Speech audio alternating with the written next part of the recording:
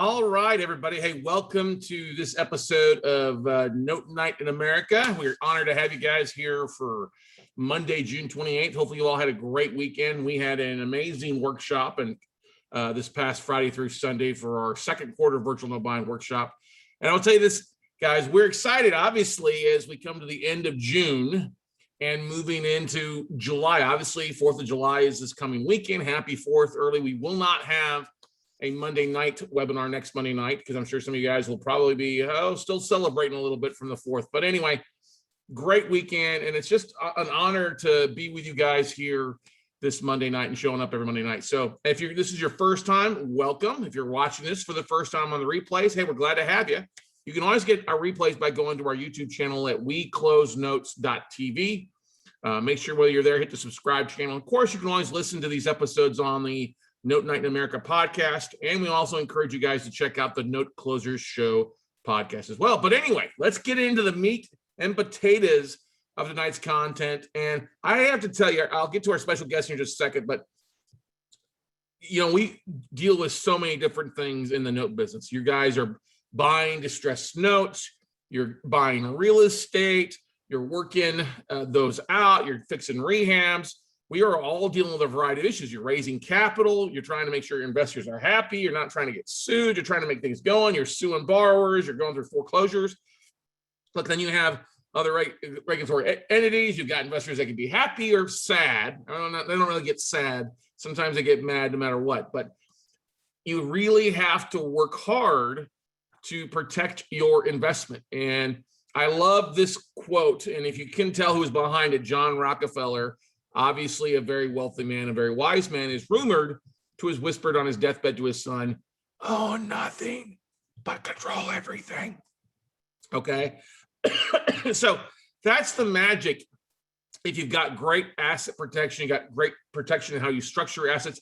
And I'm so jacked up for tonight. It's been a while since we've done an asset protection webinar and had a special guest on. This guy on here has been on here. He's a previous speaker on Note Camp from a couple years ago.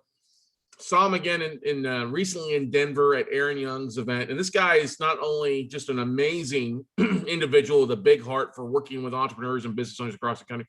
He's one of the most knowledgeable individuals in his field. And I'm glad to call him a friend. When I have questions, there's been time I've flown directly out to San Diego, not to speak, but to ask him a couple questions about different things and fly back. But this is a guy who's extremely knowledgeable. And as you guys are listening to him tonight, I'll probably ask you some questions. And while he's working on, how many of you guys probably have a couple different LLCs? You probably got real estate in either one or two states, maybe dealing with a business and real estate. I know that we all have our fingers in different buckets there. So why don't you just type in the chat roll different buckets if you own stuff more than like your primary residence or you're looking to acquire something. So just say just say buckets in the chat roll out there for you. But anyway, we got a few people saying buckets. Thank you, Chris. I appreciate that from Hawaii. There we go. Buckets, Keith Holland, sharing their buckets. I know that most of you have buckets. I know what you got. Todd Silverstein. Hey, buckets are from Colorado as well. Denver, good to see you. Todd's actually from LA as well. Different Todd. Feel free to type it in. Janelle with buckets, good stuff. Come on, everybody. This is always more fun when it's interactive. Trust me.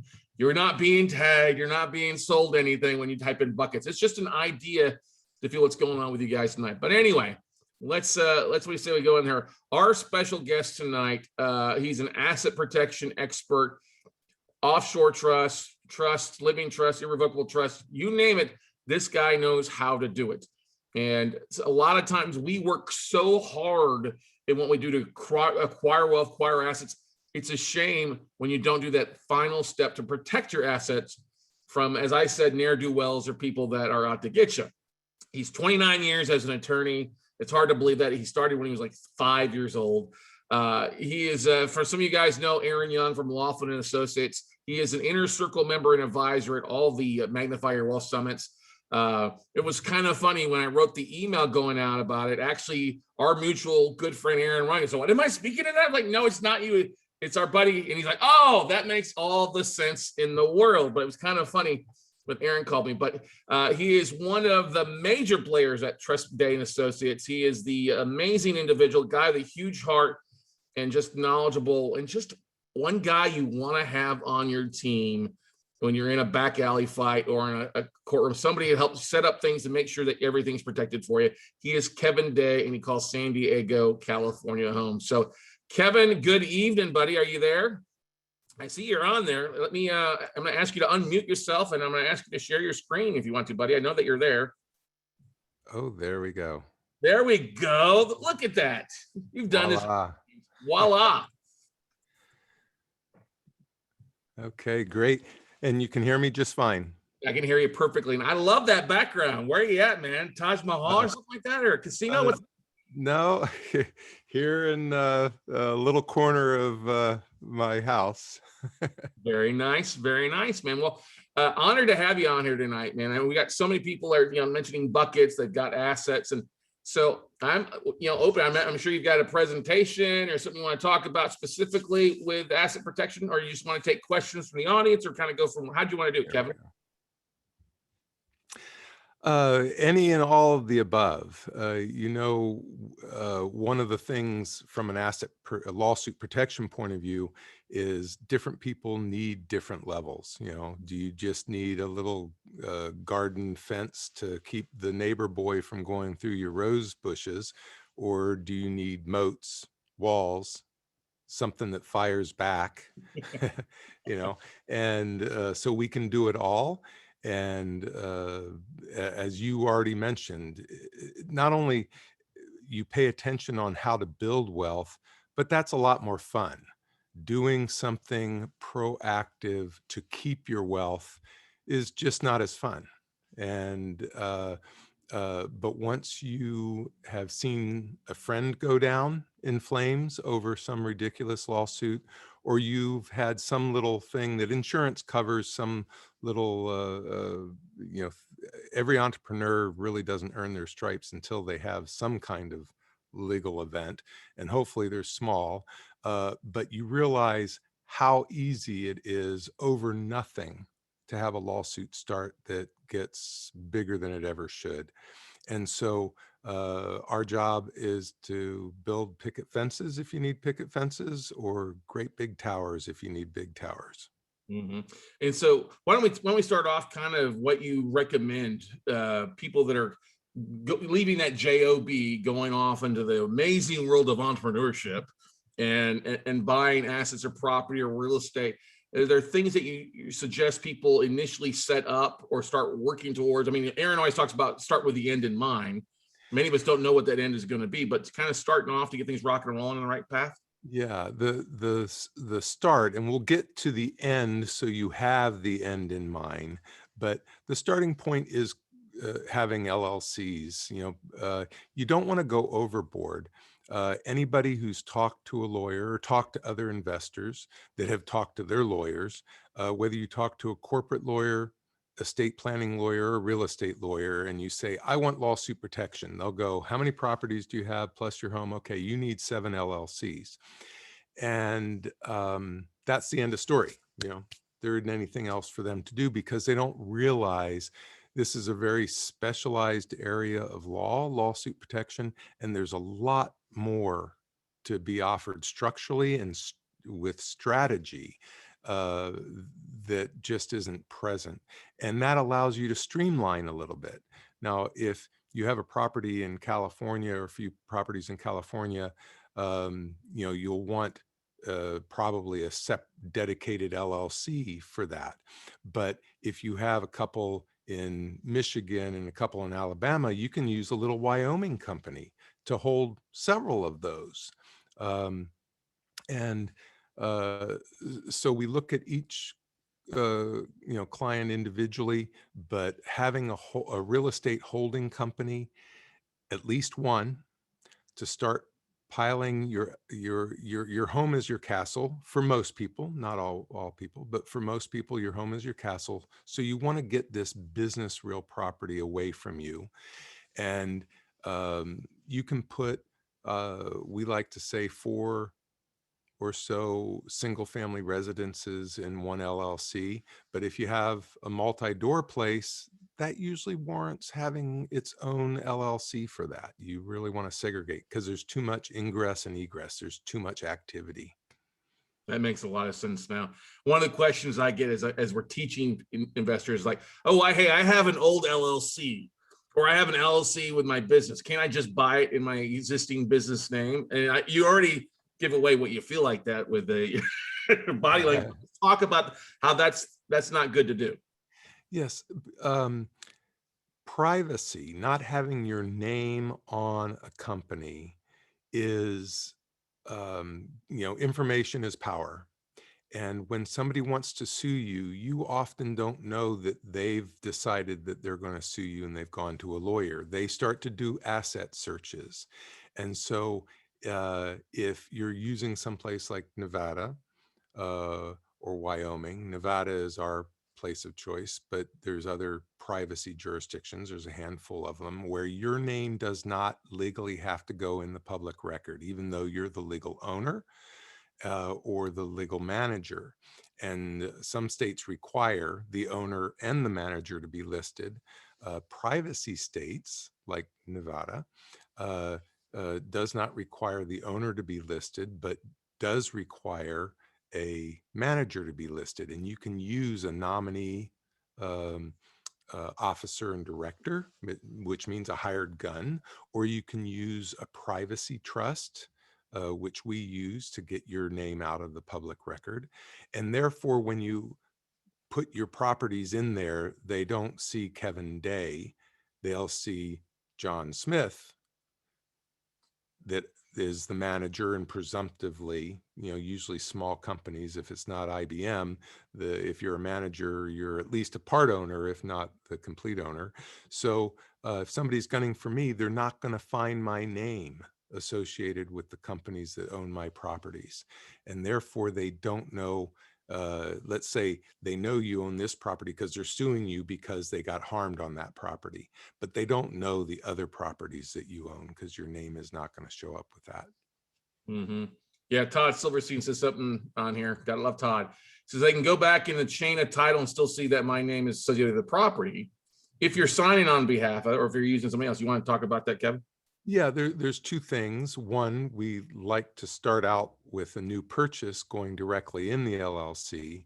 But if you have properties already, which a majority of people coming to us, they come to us through their lawyers or CPAs or somebody like you with Note Night, and they say, why didn't I hear about these strategies, before? I've got MBAs or lawyers on staff, and I've never heard of this stuff. So, Todd and the other listeners, this is not uncommon. So you're coming to the game and say, what do I do? I want to keep these properties. They're good. So yes, they can, but they don't know whether you've sold the property or there's some other kind of transaction or there's other investors that will foil their ability to get to the property, get to blackmail you. The biggest thing that all of you should remember and write this down: less than 1% of cases go all the way to trial. Less than 1% of cases go all the way to trial. So if a case is filed every minute, actually a fraction of a minute, we've got hundreds and hundreds of thousands of cases going on, and they're all settling. And they settle out early if they don't feel that they can get more than insurance money, or they settle early if they feel like their case is on the rocks a little bit, and they wait to the proverbial courtroom steps. If you have lots of property, why settle early? Make them sweat. Make the spouses at each other's throat. They are not getting good sleep. They're not running their businesses. Lawsuits are horrible. Even if you're on the winning hand side, supposedly, they are so stressful. They're not something you want to wish on anybody except your enemies. um, so if we make it look like you may have sold it and they can't ask the right questions to find out, I stayed on as a manager. We'll say, yeah, I got a sweet deal. I was able to sell. We had a woman that had a complex and she sold it. We made the company looked like it was a Chinese name. And she said, I got this sweet deal and now I'm just the manager on the property. And she said, oh my gosh, I got such an eye-opening of people would share with me what was going on in the complex that they didn't share with me when I was the owner. Uh, and so there's little games that you can play. So yes, they can go back and find that you did own it, but and we're ultimately going to get to lawsuit proof trusts, irrevocable trust. That's where real lawsuit protection comes in. Companies segregate the eggs into different baskets. So if somebody sues on one property, they don't get your home and your other savings. But if you get sued personally, which they almost always do, they try to bring you into it. They try to pierce the corporate veil, but it might not have anything to do with the properties. You have a car accident. There was a car accident just about 8 months ago, a car hitting a motorcycle. So it was one person damaged, and there were $46 million judgment was given to that one person here in California about 8 months ago. You don't have enough insurance for that. They are going to take everything you own. So they're going to ask you, what do you own? Do you own any real property? And you're able to say legally under penalty of perjury, no, I don't own any property. Well, do you own any notes? Does anybody owe you money? No. Do you own any LLCs? Yes. And my LLCs own notes and own real property. So they'll come down, and you usually think of my tenants, my investors, those are my liability. You don't think, oh, I'm a safe driver, I'm not gonna have a problem, or they're not gonna be able to pierce the corporate veil. We don't want to rely on that. And to get to that point, you want an irrevocable trust, because an irrevocable trust is an ultimate owner. Corporations, LLCs, limited partners are separate people from you. The law, the corporations code, the IRS code says that you have to interact with that company as if, Kevin Day or Scott Carson own that company, which we're going to take advantage of. You'll see in a moment. But the formality is there as if it's not you, but it's not an ultimate owner. A company can be owned by, you got shareholders, members, partners. Company can own an LLC. That LLC is owned by another LLC, corp, corp, corp, corp, corp. It can only end in two things. A human, no one owns you, and no one owns an irrevocable trust. Well, you drive cars and you enter into contracts and you said something at the cocktail party about the business investment, and so you can get sued. Irrevocable trusts will only, if they only do business with you, you're not going to sue yourself. And we can put them up on a shelf owning the valuable wealth of your estate and have them truly be lawsuit protected from any future creditors. And most likely past creditors that you might not have known about but already had a relationship with, they're going to ultimately say, what do you own? And you list what you own. You don't list what your company has. So even though they see you in the chain of ownership, you're legally able to say, I don't own that anymore, and it be the truth, and you're not perjuring yourself. I love that. That actually Dan asked that ideal question as you're going into it. So yeah, perfect timing there. You've answered that question a few times ahead of time, obviously. And thanks, Todd. Exactly. So I hope I answered his question. Yeah, you totally did. You totally did. And that's the thing about layering and protecting yourself and making sure. I mean, we've heard Aaron Young on here before talking about how to avoid breaking that corporate veil, how to make sure everything kind of stays clean and documenting things. And you took the word, you are not the corporation is not you. Right. And using that type of the documentation through the corporate veil protection. But let's dive into that, because I'm sure, unless we've got some other questions for people that want to ask, this would be a good time to type in your questions. We can kind of roll with it. But where do you see, and I know it's different for everybody, but if you had a magical number, asset, stuff like that, where people really need to up their game to an irrevocable trust, what are you seeing as far as, is there a tipping point where it makes a lot of sense? I mean, it makes sense from the get-go, especially with growing things. You want to have that stuff in place ahead of time versus trying to go back and fix everything, right? Yes. Companies, well, I'll talk about the prices. Offshore trusts are very, very expensive. And we really haven't talked to them about them yet. They're legal because the U.S. signed the Hague Convention on Trust. They're recognized in all 50 states, and it removes U.S. court jurisdiction over the trust and its assets. So they would have to sue in the Seychelles or the Cook Islands or the Isle of Man, wherever we were forming that trust. They're not inexpensive. And we're talking anywhere from about 18,000 up to 48,000, depending on the jurisdiction. So if the mean is around $25,000, you have to have a sizable estate or a really, really high liability business.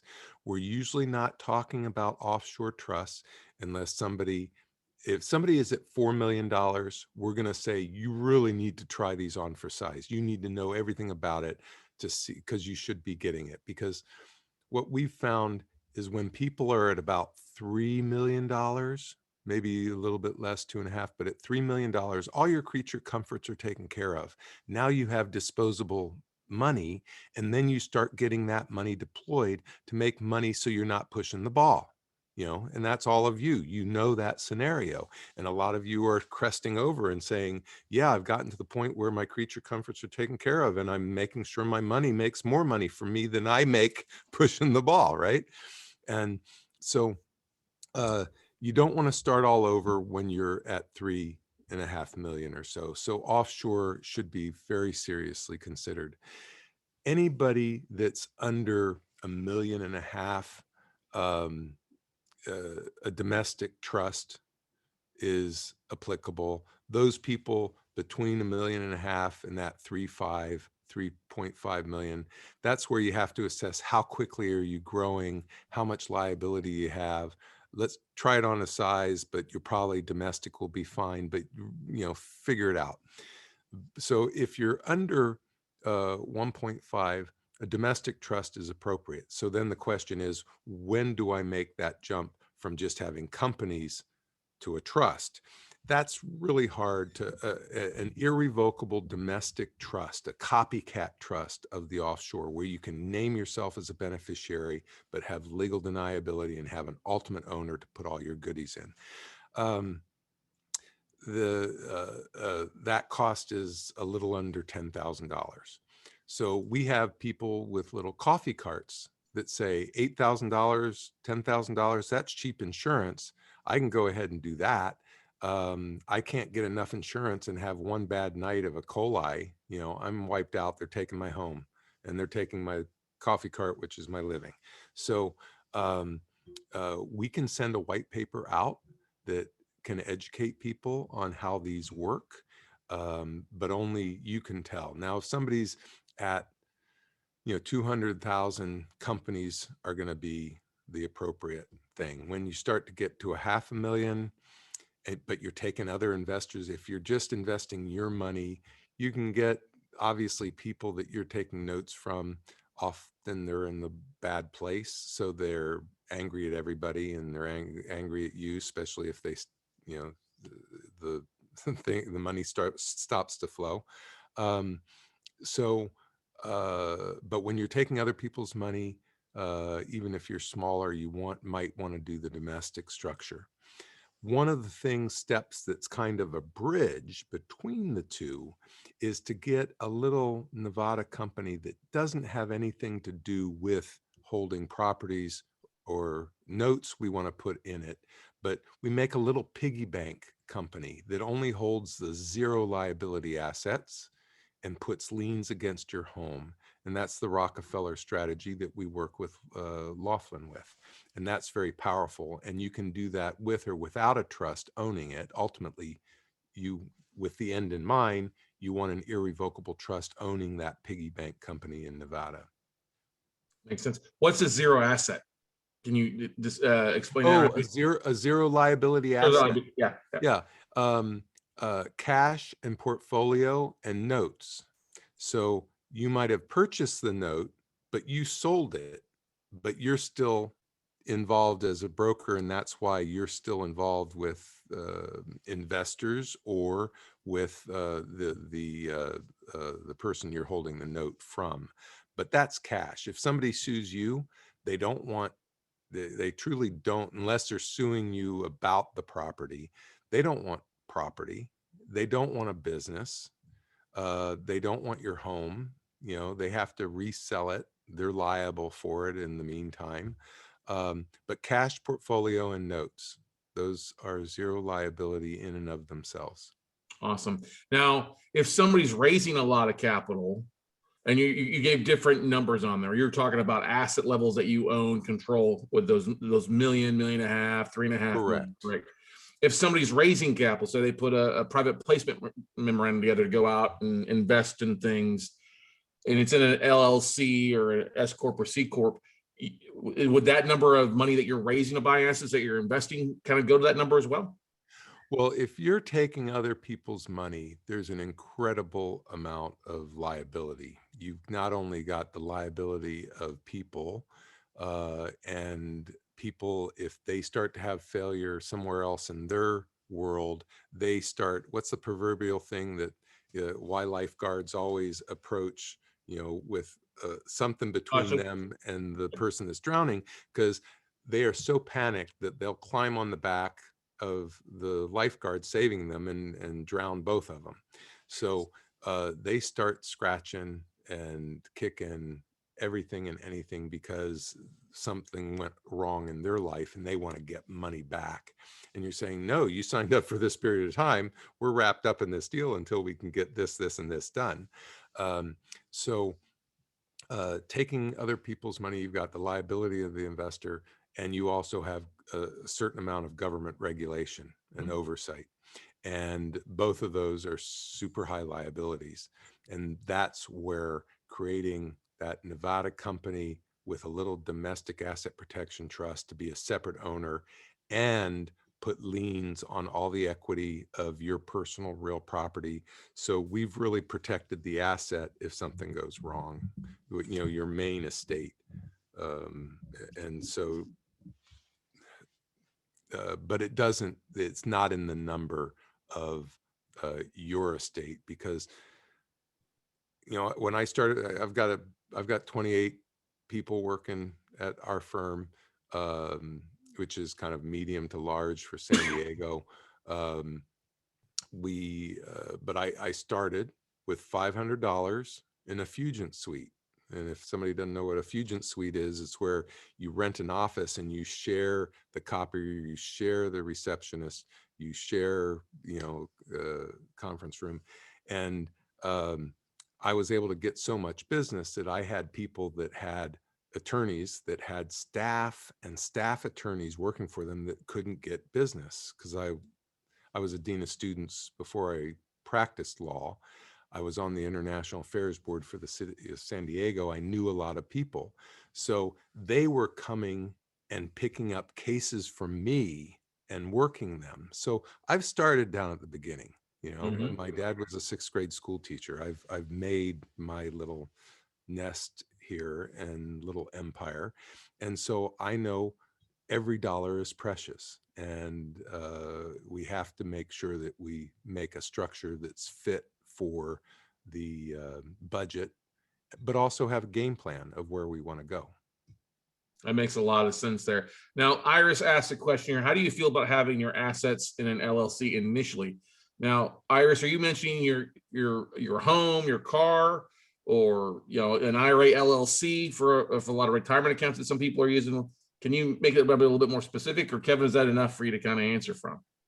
If she wants to specify more, I'll talk while she might be typing. Yes, you're going to start with a trust by itself is not a business tool. You don't do business through trusts. Well, the Gettys and some of those do it through trust, but it's actually a little bit of a red flag if you're doing business through a trust. So we'll always have the underlying company. So the LLC will be the initial, and um, it depends on how you're configured. It's all going to be different, but I'm going to invent somebody that has one or two single family residences themselves, and they also have the note business, and then they have their home and savings. What we want to do is, if they're saying, hey, the trust is too expensive, but what can I do right now? And that might be too much, but in an academic sense, there would be three companies: one to hold the notes, and one, actually two, we could get away with two companies because remember, notes are zero liability. So we'd have two companies. One would be a privacy company in Nevada that would hold your cash and portfolio and also put liens against your home and liens against the LLC that holds your two rental properties in our example. So if somebody looks at you, they see Bank of America on first and they see Golden Mountain Funding, a private lender in Nevada that has a second. You're a turnip. Why are we going to bring the case? We'll fire across the bow, see if there's some insurance, but I'm not going to try to rake you over the coals. Contingency fee attorneys aren't going to take that case. You know, they're a business partner. They want money at the end of the rainbow. They don't want just a win. But if you have investors, then that's where the note, the note business is different than the note, your interest in the note itself. So that's why I was thinking 3 companies. If you're just in the note business and don't have any of your own rentals, then back down to 2 companies. Thank you, Iris. Hope that answered it. Yeah, I think so. You would just basically over encumber your personal home. You wouldn't necessarily go out there and put it in an LLC, would you? Initially? That's correct. Your home, you have certain write-offs and stuff that you get to your personal residence. So, and when we say, I want to be clear, when we say that we encumber it, we don't encumber it to Bank of America. We encumber it to your own little private piggy bank that nobody knows is owned by you. We've used that strategy a lot with REOs or foreclosures. Like there's people out there in the world, you know, ne'er-do-wellers that track foreclosure auctions, and a foreclosure auction technically wipes off the liens of a property. And people are going out and slapping liens for $9 grand or 10 grand, hoping that you'll pay that off versus foreclosing. It's basically fraudulent lien. So I've always, it's been a big thing. Like if you're taking a property back, a foreclosure, over encumber the property so that if you have a bad rehab or somebody can't come and just sue you for that, you've got your attorney with an LLC or something in a first lien or second lien position, encumbering the equity to put that in a third lien position. And then you can technically have your attorney do a friendly foreclosure to wipe out that third lien. Right. And you want to be senior to any mechanic liens or stuff as you're repairing a house too. Exactly. Exactly. I love that strategy. Let's see, another question from somebody on here. Ron asked, so one LLC owning many nested LLCs is a bad idea. That is, they should be broken up until you're over 3.5 to 4 million. I think Ron's referring to kind of like a series LLC, I think is what Ron's trying to get to. If you have a series, each state, some states respect them and some don't. They're just one big LLC that has some accounting functions that are segregated. Other states do respect them as separate LLCs, but you're giving up too much information because the way series work, they're all named the same with a series number usually behind it. And so series are good, particularly if you own a lot of properties, because it does allow you to do all the accounting in one house, even though you're collecting money from all the different series. So I can't black and white just say don't use those. Now, if you have a holding company and several LLCs, typically the way people do that, they'll get single family residences, they'll get a couple note businesses going, and then they'll say, oh, I've gotten complex. And then they'll add a holding company. And that's very classic because it streamlines the administration. But you still don't have the segregation of the high liability assets from the lower liability assets versus tenants versus investors are a very different profile. And at some point, it's more important to add that trust than a bunch of companies. And it's hard to ascertain. That's where a personal consultation comes in, where we can look at your facts, your trajectory. How long have you been doing this? Are you freshman? We want to go slower. You do want to go slower, even though we might have the perfect answer. Let's use that answer as a roadmap And we do roadmaps. They're like $350 where we'll, collect all your information and say, this is how you're configured right now. This is the way we think is optimal. And here's the interim step if you want to budget for it and build in the right direction. And that's an important thing. $350 to kind of roadmap out where you're going. It's a bargain if you're planning on buying a lot of real estate, you're buying a lot of notes, you're doing a lot of different individual transactions with buying different assets, right, Kevin? Yes. And it doesn't cover our time, actually. It just actually makes sure that we cover our attorneys that are working on it. It's just to make sure that we get serious people that really want to attend their estate and see what options are open for them. Yeah, that definitely, yeah, your time is valuable. You want to be dealing with serious people, not tire kickers out there, or as we like to call them, the prize pigs that show up for everything that's free, right? What other questions? And we'll still talk. Will any of your people will give a half an hour free to, so even without a roadmap, we will spend time with you to kind of get familiar with you and give you some ideas. But if you really want to roadmap it out and get some diagrams, and that, then we put the meter up. Yeah, exactly. Now, are there any state? I mean, we love Nevada and Wyoming, but you want to talk about the difference between the two? Why you prefer one to another one, by any chance? Oh, yes. So Wyoming is kind of a wannabe, which isn't necessarily a negative. We use it all the time. We form companies in Wyoming all the time. They're a little bit less expensive to maintain, but cases that are actually brought there, they don't have the history. Nevada is a tax haven overtly. Look at the Secretary of Corporation's website. Come here for privacy. Come here for tax savings. And um, they have decades of this, and the courts are used to it. The judges have their own structuring, to hold their properties away from their personal life and stuff like that. And so uh, when you get into other states, you might have law that technically supports it, but the judge, they're still human, and they're going, why does this person need this much privacy? Or why do they? You don't want them thinking that. You want to say, yeah, this is a smart person that was using the law the way they should. Now let's get on with the case. Right. And the court history to go along with everything versus Yes, somebody that doesn't have the history, right? Yeah, and Nevada has, everybody's heard of Delaware as being for corporations. They're really for monolithic companies that are public. And they don't want owners to wag the dog, because if I'm an owner of IBM, they don't want me having any power.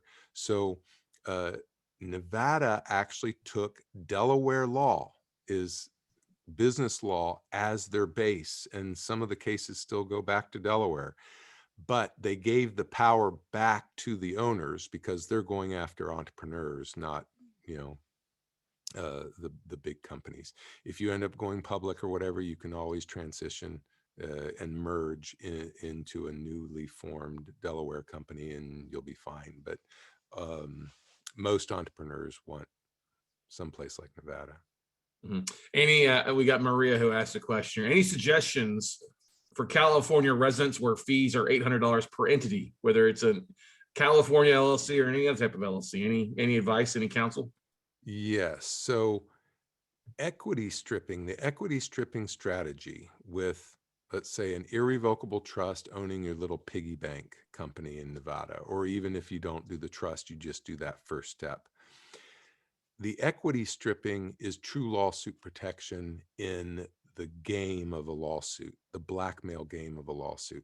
And they see the lien. So that's more important than segregation of assets, because if you have 4 properties and they're in 4 different LLCs and somebody sues you because of premises liability, they will take that property. But if there's a senior lien, there isn't anything to foreclose on. An asset isn't an asset if there's no equity in it. So we can have one California company with 17 properties in it and equity strip. So there's no equity, at least as far as the public record is concerned. And that way you keep your costs. So you will have one California LLC because it's California dirt, but the equity stripping is going to be based on a different area of law and remove jurisdiction to Nevada. And you're not on the LLC that they can search to try to tag you that $800 annual renewal Correct. fee. Correct. Nice. Well, actually, there's an additional real exception in that thanks to the big banks lobbying for us, lending into California, for instance, under a line of credit. And if you have, let's say if you have 2 million worth of property or you have 1 million of property, so you need to put a lien against 1 million, but your cash, you want your cash used, and this is your own money, remember, you're not borrowing from Bank of America, you're Pine Tree funding, Pine Tree lending. If you borrowed just $5,000 from me, but I gave you a line of credit for 1 million, I'm going to lien the whole million. Otherwise, you go out to Union Bank and then they get my security and then you call my note. So I'm going to put the whole lien for the whole million. The whole world doesn't see whether you borrowed 5,000, $500,000, or the full million. They see the full million. So lending, because of the banks and their lobbies, is an exception to doing business in California. And what it is renting dollars out of Nevada. And they don't see you there because you're not in the public record, so they don't know about it to bark up the tree anyway. Good stuff there. All right. Charles asked a question, or actually Iris was first. Iris asked if you have any advice for an LLC in New York City. Well, it's the same thing. If you have property there, that's Nevada dirt. And so, again, putting liens against the property is the way to go. If you're operating with investors, you want to at least have one LLC for that where you're, doing business. Now, if your investors are outside of New York, why do you want a New York LLC? Just like you wouldn't want a California LLC. Right. So, yeah. I know that you are a fan of the Caribbean. And so we got a question from Tony Miller here. What about a Nevis or St. Kitts LLC? Doing Nevis or St. Vince, it depends. And we form companies all over the world. Our firm does. St. Kitts, I wouldn't put, they're one country, but they have different laws. Nevis would be the place to go. British Virgin Islands is a good one. Cook Islands. So these little jurisdictions like British Virgin Islands or Nevis, they have good law that protects under charging order. But if you're still the owner in a U.S. court, now if we have Nevis Company and it's owned even by a domestic trust, you're not the owner anymore. And you've got the legal deniability. But if you're the owner, the court here is going to be very displeased when you answer truthfully, because you're not going to perjure yourself. That's a felony. You're going to say ultimately, yes, I own 4 companies and one of them is in Nevis. And they're going to say, great. John Smith, who's just sued you and won, is now the new owner. Give him the share certificates.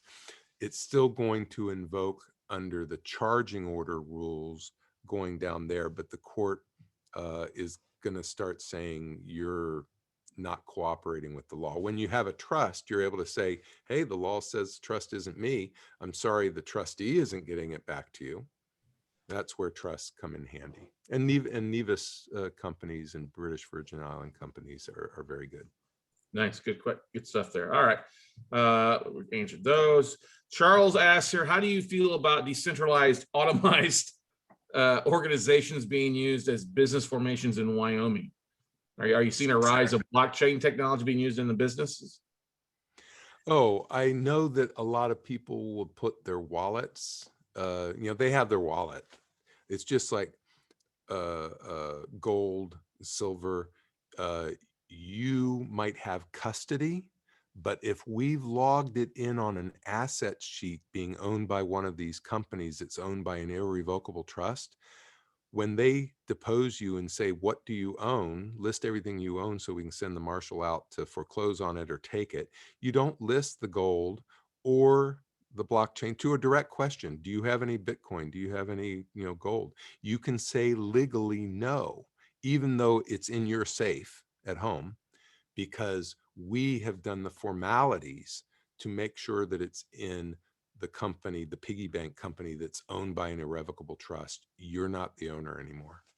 I love it. I love it. Tony Miller asked a question. What about the new FinCEN beneficial interest rules?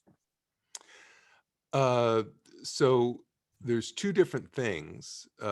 Getting away with tax issues, and I'm not going to say tax evasion, tax avoidance, the legal one, um, are different strategies.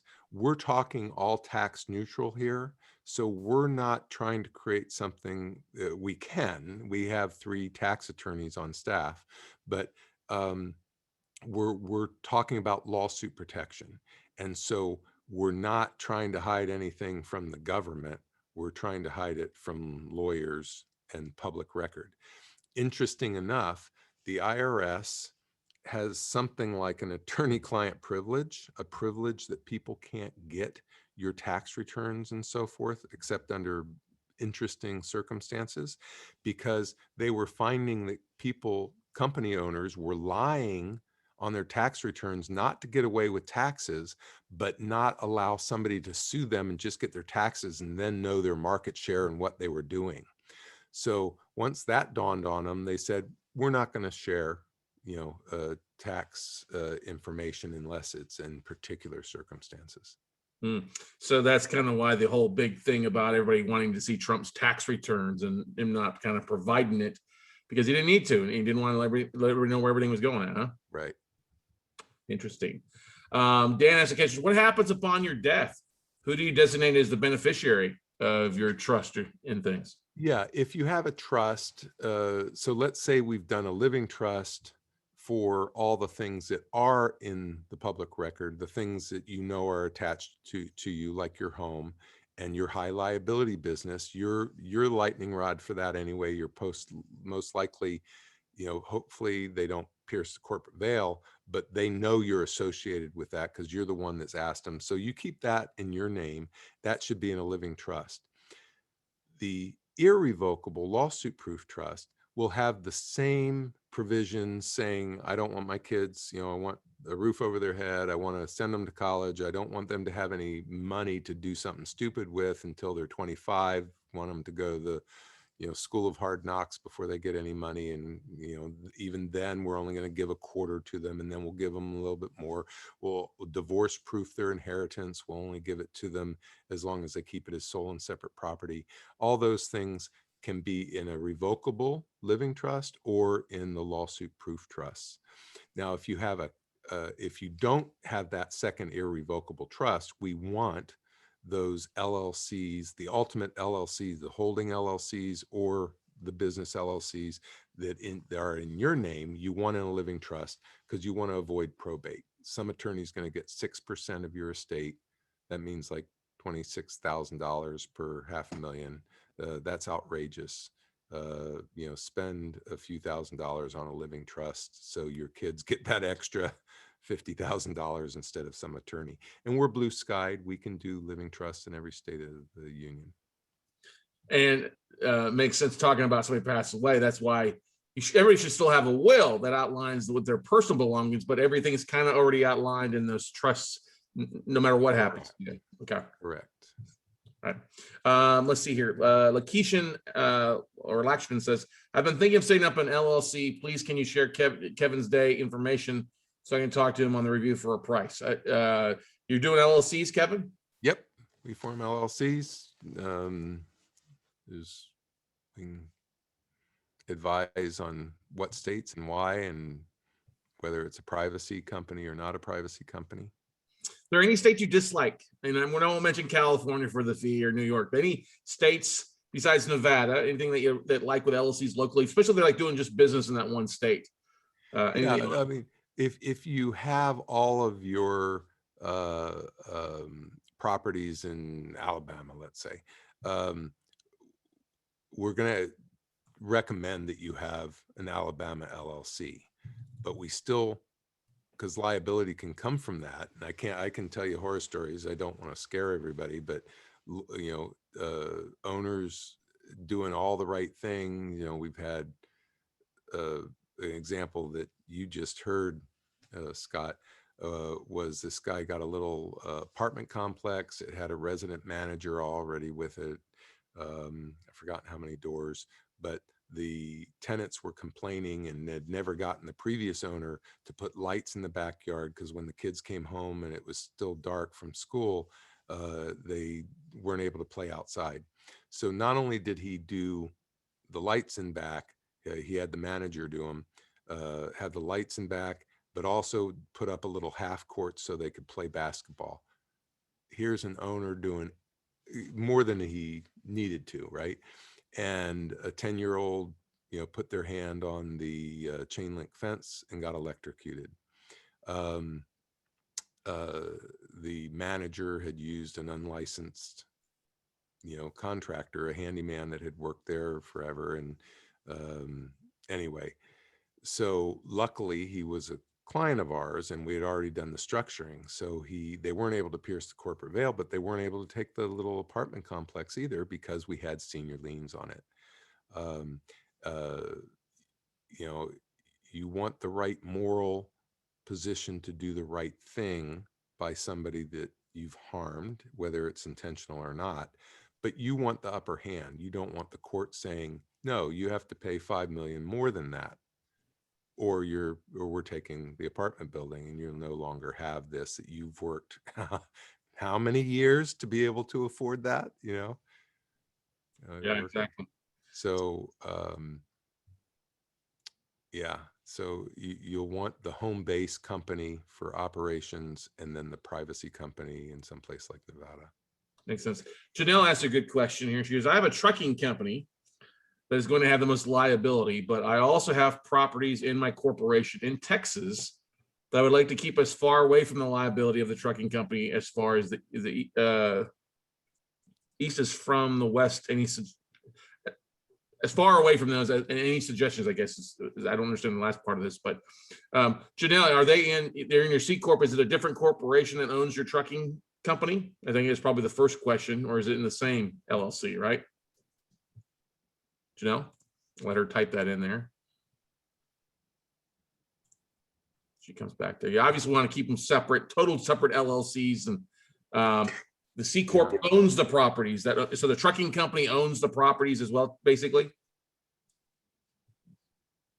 Yeah, if that's the case, you separate. Oh, they're separate. Good, because different people feel differently. People that are real estate, investors and have been for years and years and years, tenants will invent lawsuits.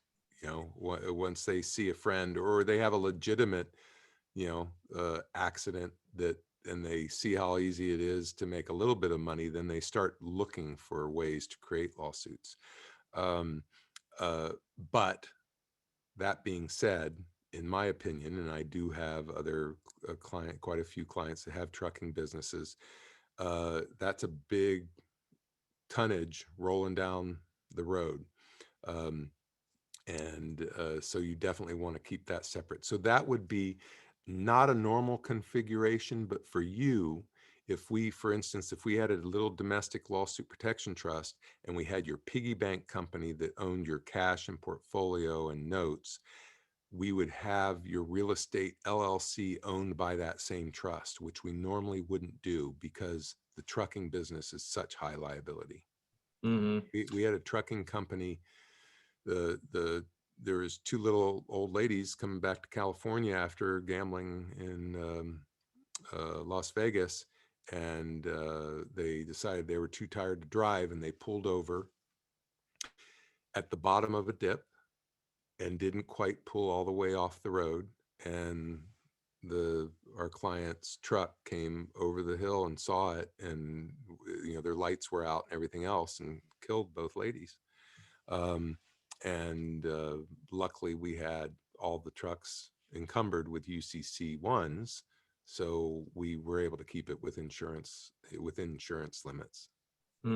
She says that the corporation is the parent company of the trucking company. So the corporation that owns the properties is the parent company to the trucking company. You can do that. I mean, piercing the corporate veil is real, but it's not, it doesn't happen all the time. And if you haven't already, Scott will introduce you to Aaron Young, who at a fraction of attorney's costs will do paperwork to make sure that the corporate veil isn't pierced. I would still work toward the end of separating those. It's a better configuration, because if a judge really doesn't like you, and they do like the little grandma that you've harmed, they will go to their research attorney and say, find me one line in one case so I can find for the little grandma. I want to pierce this corporate veil, find something that allows me to do that. I mean, justice is not blind. Don't get me on my soapbox. You've seen it before. It's a scary thing. Well, there is forgive me, I don't have cable anymore, but I've seen advertisements about how the insurance industry, or they're trying to make, if somebody in that same in the same situation where a trucking company hits somebody, injures somebody, that's no longer the company that can be sued. It's just the individual that was driving the truck. We've seen advertisements where they're trying to push legislation through for that. Opinion on that? Right. So the law and this is what I advise parents with teenage children that are starting to drive, go buy some beater or whatever you're going to buy, but put it in their name, because the law, the way it is now, they get to sue the owner. So it was your machine that ran into them, and it was the operator. So they're going to sue you and your child, and the child doesn't have any money. So they're taking your home and your businesses. So it's better to put, and if you're going to buy a nicer car for them, still put it in their name and have them sign it back to you, and you put it in the safe so you can get the car back if they fall off the wagon and they're a bad actor or whatever, which some teenagers become. But you really don't want that car in your name. Insurance companies, we found you can just call them up and say, oh, we have a new driver. Here's they don't ask for the pink slip or anything else. And so you can still get a good rate for them, but you have the kid technically be the owner. That makes sense. Now, in California, somebody texted me a question about owning cannabis companies, whether it's a dispensary, a grow house, along with real estate. Are you working with any clients that are working with that, or buying houses, or have a grow house or dispensary there in California, and how are they kind of structuring those? Yeah, you definitely want to separate. Even though it's legal here in California, you never know what the government's going to do, how it's going to fall down, even though they're laying silent right now. So we want to protect, and we've had a few things happen that we've been able to protect family homes and stuff like that, even though something went badly for clients on the cannabis side. Makes sense.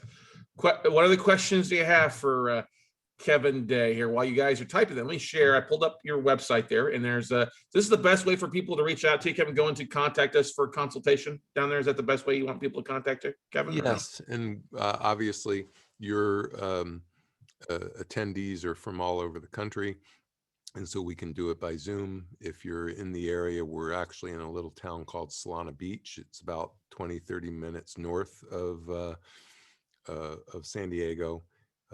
Most people don't know Solana Beach, but you've heard of Del Mar, where the racetrack is. We're just the next lagoon north.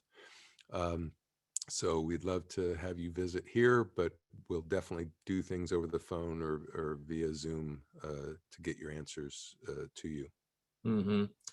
Trespday.com is that website, ladies and gentlemen. It's Tresp, TRESP day, DAY.com. And you, once again, congratulations. You guys have merged over the last year, right prior to COVID with everything. We saw each No, other. it's been almost 3 years now. Wow. It's been It's hard to great. believe that. Yeah. And we're growing crazily. We just hired 2 more litigators. So Congratulations. Now I have to ask a question here. What's the sword behind you? What is the sword behind you? it is a Japanese katana, and it's got the GI issued scabbard and handle, but I pulled it apart and it didn't have the normal, it had calligraphy, so it wasn't a GI sword itself, it was a family sword. And I was able to track it down to one of most of ran in the family, and it's kind of almost a religious experience type of thing to make these swords. Right. And there were only 2 way up in the north, and this is one from that was made by that family up in the north. So they took the family sword and put it in the trappings of the GI issue. I do some wood carving, so I actually made a very nice maple hand carved scabbard for the blade. Nice. I, Yeah, ve- looks I nice. venerate it. Yeah. What other final questions for you? Any other things you want to talk about tonight, Kevin, that you think our listeners should know or hear? Yeah, you want to take some action on this, even though it's the boring side of being an entrepreneur, and you're either already an entrepreneur, or, well, actually everybody here is an entrepreneur. Some of you know that you're an entrepreneur. Some of you don't quite feel like you're entrepreneurs, but you are. I love it. Well, my job is X, Y, and Z, my W-2, da, da, da, da, and I have 2 properties. I'm not an entrepreneur. Well, guess what? You are. Um, uh, but a little bit of attention in this world of lawsuit protection and privacy and lowering your profile can be an incredible remedy if something happens. And you can do it in stepping stone fashion, and we can help you look at where you are and where you want to be, so you can kind of devise a plan. I will say that is a really good counsel. I remember the first time I heard you speak, I think it was in Lake Tahoe, going back 6 years ago, with an event. And Steph and I looked at each other as you were going through things. We're like, oh, we set up things so wrong. And I think it's common for a lot of people, like, oh, I set this stuff up. And, you said it. And then also Aaron said, hey, it's an onion. You're going to layer it back a little bit of time, get it. Nothing that you set up cannot be corrected right now. Correct. Right. And that's a thing. Once again, guys, trespday.com. That's TRESPDAY.com. If people are setting up the consultations, what are some important things they need to put together initially when they're when talking with you or somebody there on your staff? If they already have entities, it would be good if they could draw little boxes and arrows. Let us know we have a living trust, we don't have a living trust, but we have a will. We have 1 company, we have 3 companies. What are in those companies? Boxes and arrows do speak 1,000 words, and that will give us a great head start. Mm-hmm.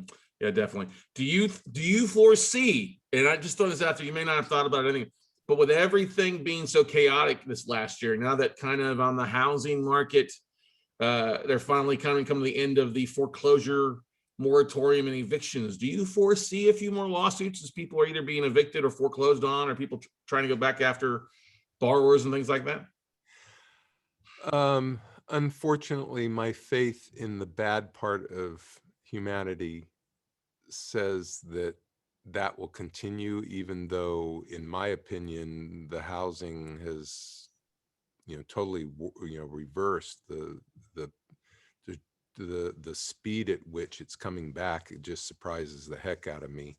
And so, people are putting their houses on the market and they're gone in 5 days. But there'll still be lawsuits, unfortunately. Yeah, definitely. And if you got a property with equity, you definitely want to over encumber it and make sure it's protected in case of stuff like that happen. So Yep. And the problem with going to Bank of America to do that is then you have to, what do I do with the money I just got? And then you have to tend that. Now, it might be an appropriate business strategy, but usually you don't want to be hiding that money. You want a third party private piggy bank doing that equity stripping. Now, if somebody has a self-directed IRA or a solo 401k or Great. What's things that they should do to protect that? Yeah, those are protected. 401ks are protected under ERISA, a la O.J. Simpson, who had a Isle Man trust, by the way. The self-directed IRAs. IRAs aren't completely, it's state by state, but they're not completely protected, but they rarely under public policy will invade those. And part of the reason he moved to Florida was also that the judgment couldn't go through his personal house too, right? Yep. Texas and Florida are the only ones that still have true homestead laws. Good stuff there. Any other questions, guys and gals? Well, Kevin, I don't see any questions, but man, thank you so much for coming on here. And I know it's so unique for how and wherever everybody's at, and also what they have set up uniquely. But thanks for thinking to add some clarity to it. Some great questions from those that joined us tonight. Best way, once again, trusttoday.com. Click on the contact us for a consultation, and somebody will be in contact with them from your office, right, Kevin? Yes, thank you. Michelle Fishbein is the head of our lawsuit protection department, and we have quite a few attorneys in there. She'll most likely be the one responding. I travel too much, but Scott, thank you for having me on Note Night. This was so much fun. As always, we need to do it more often. And I think you're actually scheduled. We've already got you scheduled to speak on our Note Camp convention next month as well too. So we've got a spot secured. I sent it over to you. Yeah, exactly. Good stuff. Great. There. All right, everybody. Well, hey, thank you again so much. Sylvia says great info as always. Thanks, Scott and Kevin. Janelle, Scott, do you have a script for calling the back? Yeah, I have that stuff for you. You don't need that right now, Janelle. Don't worry about that. Shoot me an email about that later on there for you. But Kevin, have a great evening. Big plans for the rest of the evening? I do. I have actually a presentation that I'm giving to a small group here in town, the chamber. Oh, we'll have a good time, man. I'm sure you'll knock it out of the park, buddy. Great. Have a good one. Thank you so much, Scott. Good seeing you again. You too, buddy. Thanks, Kevin. All right, everybody. Hey, that's going to wrap it up for this episode of Note Night in America. Go out, take some action. Trust me. If you're sitting there concerned or worried or stressed about things, do yourself the favor. Make a consultation. Talk with somebody. It's always good to have a game plan and marching orders, what you need to set up, what you need to do. It's not that complicated. It only becomes more complicated the more that you sit in your mind and worry about the worst possible thing. So 29 years of history, Kevin, plus his whole amazing team. You're in good hands with Trust Day, everybody. That's the tagline right there. You got to use that. Good stuff, everybody. We'll see y'all later, everybody. Bye.